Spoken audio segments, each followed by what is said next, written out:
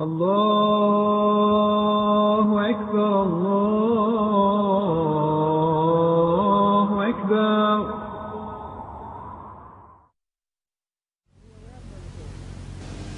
I was born in India,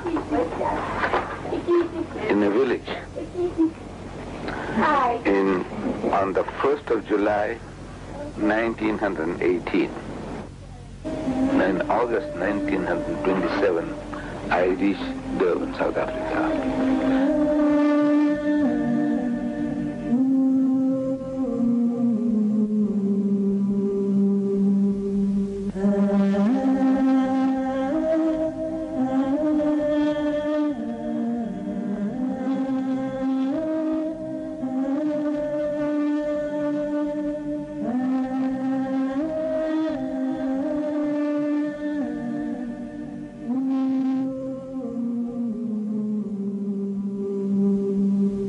This is the Madrasa Arcade in Durban, South Africa.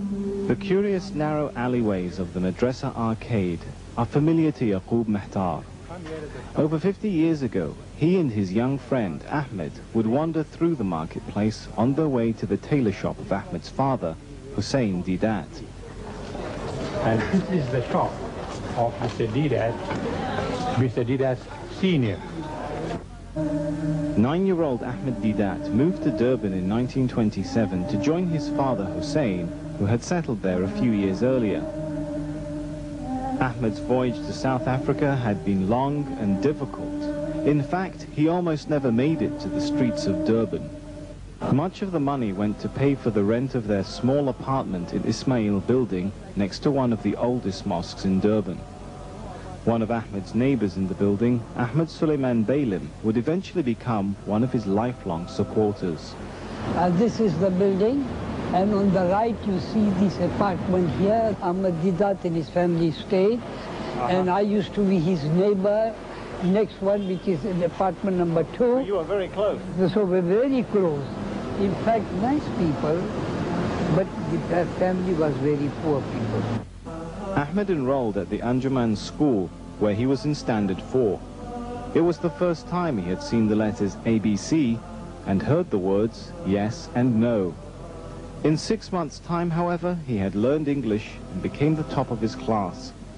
He was promoted to the next standard, where he also excelled academically. Every day he walked to school and back home because his father couldn't afford the bus fare of 2 pennies. He later moved on to Sastry College, a respectable school built by an Indian immigrant to South Africa. Ahmed showed up for the first day of his new school in his clean new uniform, ready to hit the books. But this is where Ahmed Deidat's education came to an abrupt end. He must have spent only a few hours walking these corridors because after only 3 days at college, his father pulled him out. Financial considerations put an abrupt end to him furthering his education. His mission was outside Durban in the rolling hills of rural South Africa. Ahmed took a job in a country store called the O.N. Mohammed shop. Just across the way was the enormous Adams Mission Complex, an institute where young missionaries learned how to convert others to Christianity. These missionaries, you know, they were making life miserable for us from this college. They were getting training there as to how to deal with the Muslims.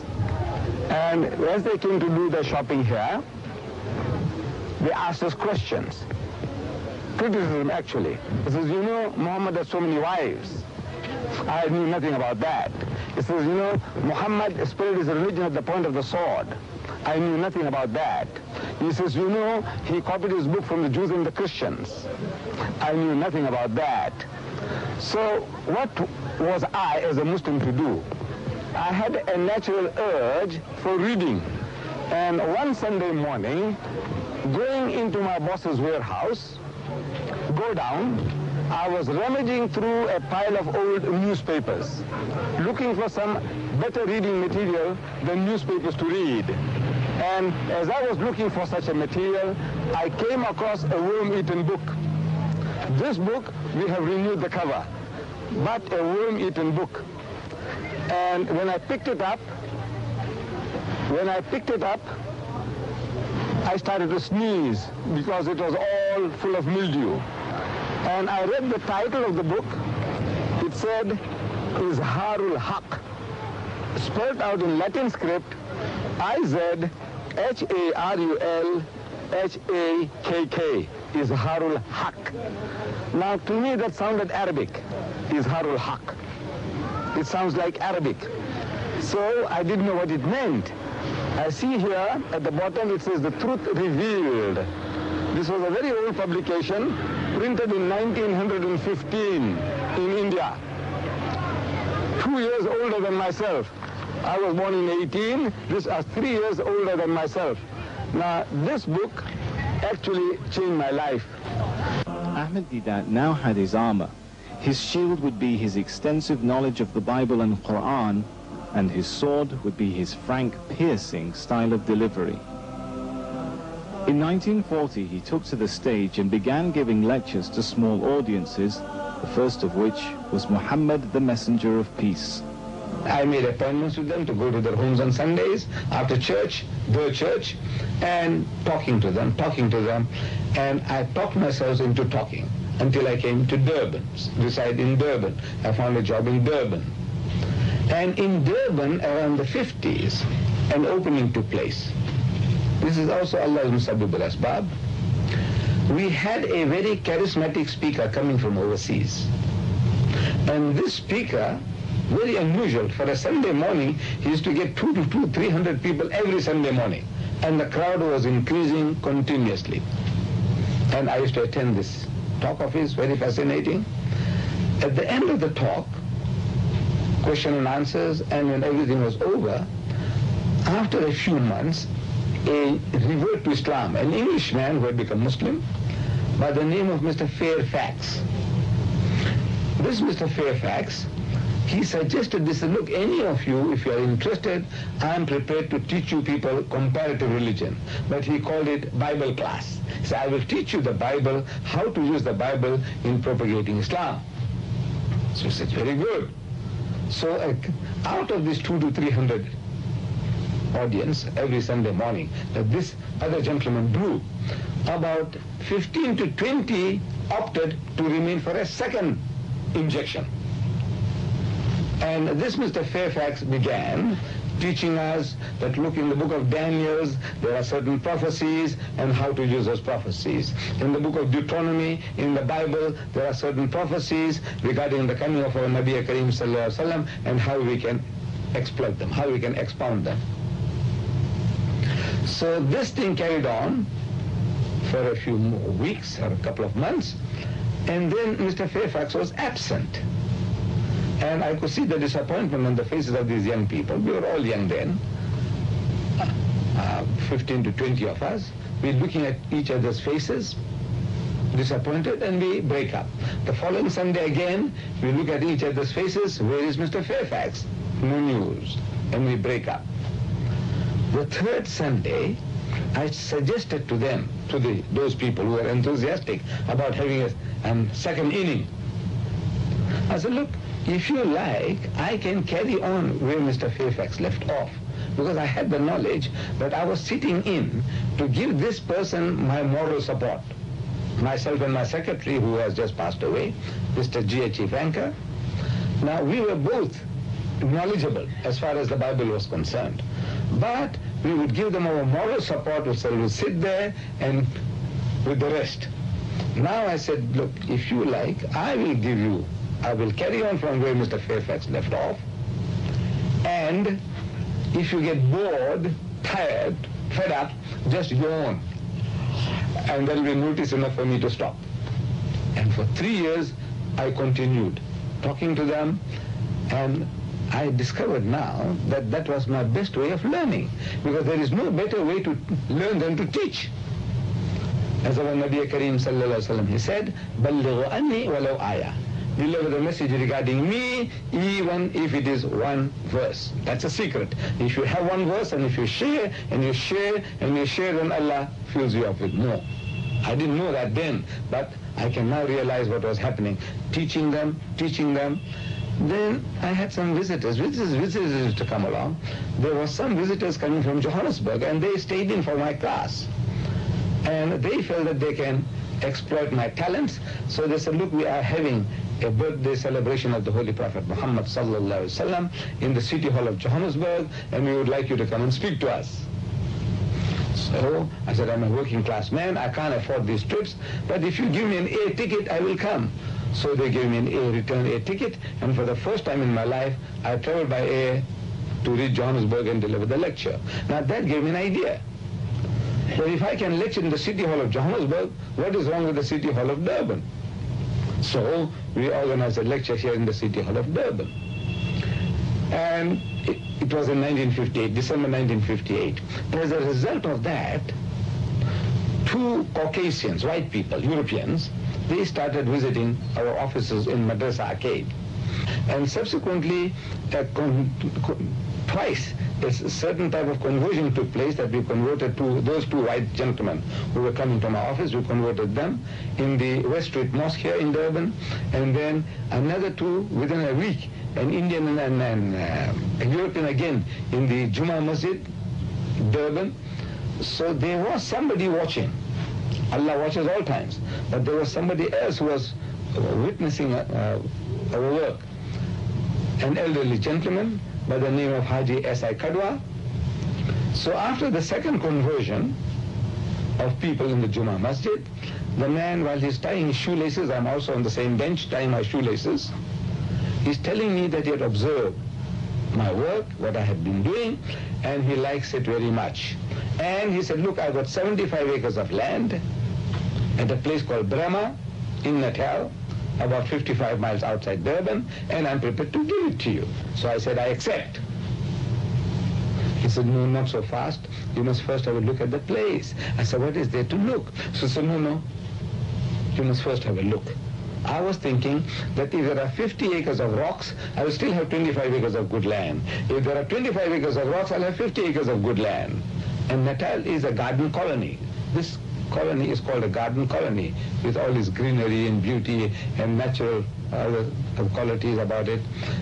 So he said, no, you must have a look. So I, with our trustees, I went down and I saw the land, and I accepted it, and I started establishing an institution called As-Salam, where I could train Muslim missionaries. It is functioning at the moment. Ahmed and his family uprooted from Durban and moved 80 kilometers south to the uninhabited hills surrounding As-Salam. He had to chop down trees just to reach the land. Once he arrived, he immediately put his hand to the plow in establishing the institution. But Ahmed was devoted to spreading Islam in the best way he knew how, by speaking. His wife, Hawa, was at first shocked to see her husband doing so well up on the stage. I thought, can this man talk? But his talks gained in popularity until eventually he found himself here at the town hall in Durban. He now had a full house of around 2,000 people. Deedat's lectures here were some of the few events in which segregation briefly disappeared. His message was that there were many contradictions in the Christian Bible and doctrine, and that Muhammad was indeed a noble messenger sent by God. Ahmed's preaching began to take over his life. He moved to apartment number 45, Hussein Building, where he put in countless hours of planning as well as budgeting. We had been doing a certain type of work in that we were using the Juma Masjid Durban for attracting visitors. So we started advertising the Juma Masjid Durban. In the Durban Corporation brochure, they give out to visitors, tourists, we saying that visit the largest mosque in the southern hemisphere.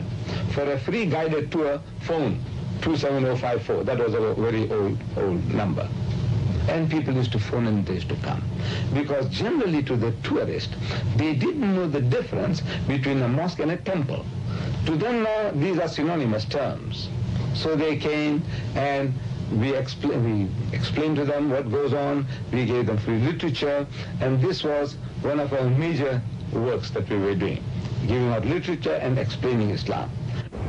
If I were to tell you, he said, look, what is the name of the God that you worship? And if I said Muhammad, for example, if I said Muhammad, immediately you think of a camel driver born in Mecca, some 600 years after Jesus, right? And if you know his history, so yes, his father's name was Abdullah, his mother's name was Amina, and he was born in Makkah, he died in Medina, he's buried there, so you have a mental picture. So as soon as you have a mental picture, it's rejected in Islam. You can't have any name which creates a mental picture. We Muslims, we say that call God Almighty by any name. Call him by any name, as long as that name is not contaminated. And holding lecture meetings throughout the country on different topics where we can enthuse the Muslim with regards to propagation. So strengthen them against the Christian missionary activity and put them in a position that they can talk back and explain Islam. Meanwhile, his popularity was growing nationwide. He was invited to Cape Town, where he received an overwhelming response. In Cape Town, he lectured in huge lecture halls, including the Good Hope Center and City Hall. To them, Ahmad Deedat was a knight in shining armor who had come to liberate them from the pressures of hardline missionaries and the idea that Islam was not a credible religion. Along with his momentum came the demand for a professional organization which could manage the size of planning and the money he needed to continue. And so in 1957, Ahmad Deedat, alongside two of his closest friends, founded the Islamic Propagation Center in Durban. The organization's first base was a tiny one-room office in the Madrasa arcade. The three founders started recruiting staff, one of whom was a secretary by the name of Muhammad Khan. So he said, join us, Mr. Yahya and Mr. Deedat said, they wanted to typist. I'm a typist. After London, he was swept up in a whirlwind of tours. We started with advertising the Quran in our local Sunday newspapers, one called the Sunday Tribune.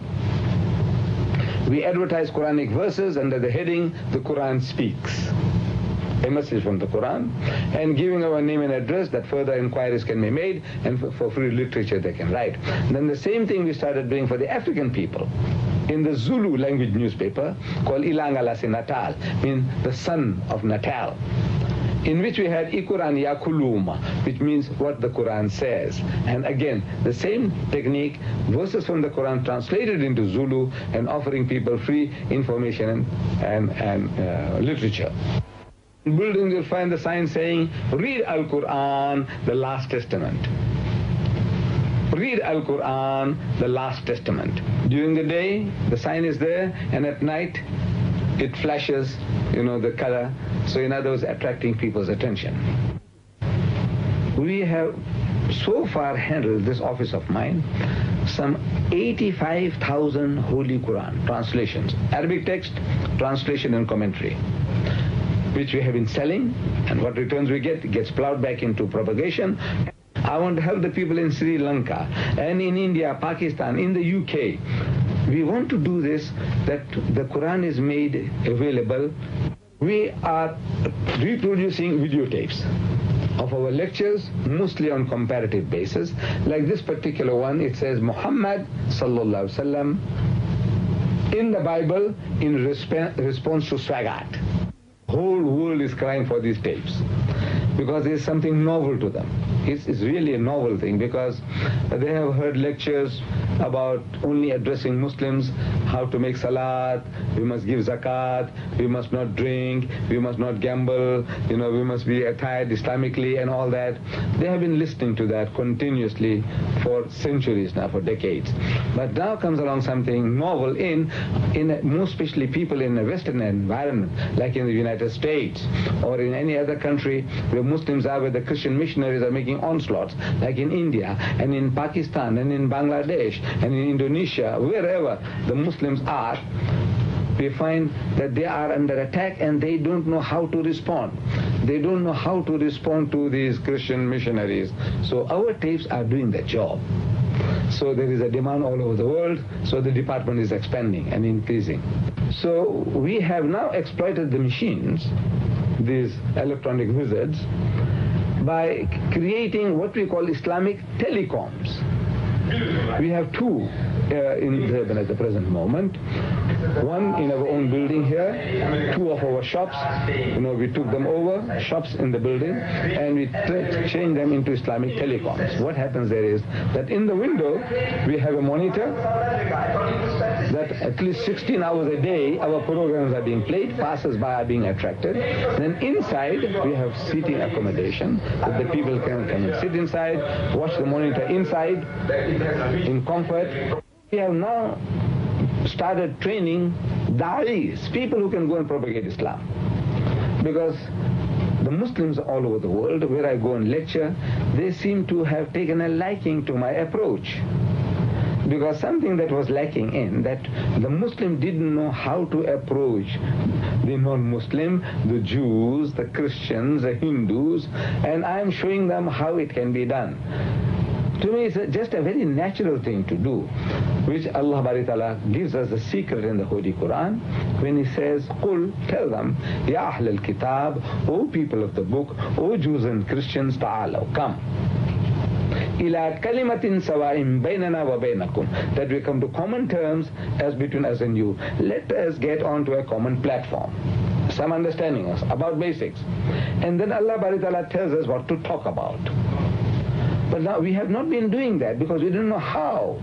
Allah is telling you on a common platform, talk about this. Allah na'budu illallah wa la nushrika bihi shay'an wa la yattakhidha ba'duna ba'dan arbaba min dunillah.